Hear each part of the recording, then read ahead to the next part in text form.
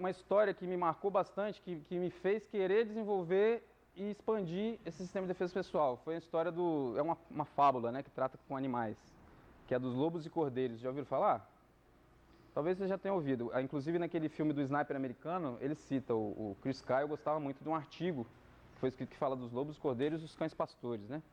Então a ideia da fábula é a seguinte: as ovelhas, tem uma população gigantesca de ovelhas lá, né? Como é que é coletivo de ovelhas? O rebanho. Rebanho gigantesco de ovelhas. E aí essas ovelhas são atacadas pelos lobos, que é uma quantidade pequena e que se usa da força, da violência, das garras que eles têm para ir lá e atacar as ovelhas e sobrevivem disso, né? De impor a força nas ovelhas. E aí tem um terceiro personagem que são os cães pastores, que são os cães ali do dono do rebanho, que ficam protegendo as ovelhas. E aí quando os lobos vêm, eles tentam afugentar os lobos, mas eles não conseguem fazer o tempo todo porque também estão numa quantidade reduzida. E aí se a gente transpuser isso para a nossa sociedade, a gente vê que, para a sociedade brasileira especificamente, né, a gente vê que hoje o que a gente vive é basicamente isso, né, dá para se fazer uma metáfora aí.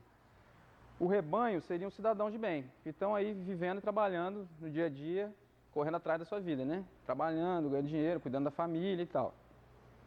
Os lobos são aquela parcela ínfima da sociedade, muito pequena, que está vivendo da violência, né? Assalto, roubo, sequestro, estupro. E eles estão lá sempre atacando o rebanho que está vivendo a vida deles, atacando o rebanho para garantir a sua subsistência, né? Então está impondo a força em cima dos pobres dos cordeiros.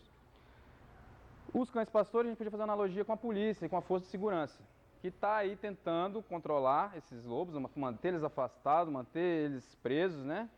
Mas também não consegue, porque não consegue estar presente em todos os lugares, né? Agora, é importante a gente perceber o seguinte: a gente tem um terceiro... a gente não tem que se ficar só dependendo dos cães pastores. A gente pode desenvolver uma nova forma de defesa. E qual é? Qual seria? O rebanho, ele é gigantesco, ele é muito maior do que os cães pastores, do que os lobos, né, juntos. E só que você não nasceu para ser uma ovelha, você não necessariamente tem que ficar ovelha e agradecer e se entregar a tudo que o lobo pede e depender só do cão pastor para te defender. Você pode aprender a se defender, pode criar suas próprias garras aí. Pode tentar ser uma ovelha, um cão pastor disfarçado de ovelha, certo? E como você faz isso? Aprendendo técnicas de defesa pessoal e sobrevivência urbana. Então a ideia não é que o cidadão tem que se virar sozinho, que deixar o Estado de lado, que o Estado é incompetente, não pode fazer nada. Não. O Estado tem a parte dele, tem coisa que só ele pode fazer, que é impor força, prender, né, e estipar da sociedade aqueles lobos ali que estão causando prejuízo.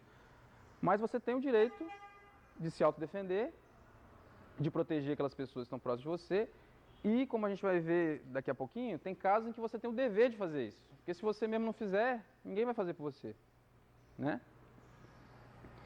Então, uma das coisas que me estimulou a tentar expandir isso, né, levar isso a mais pessoas, é isso. Botar essa ideia de que você pode fazer muita coisa.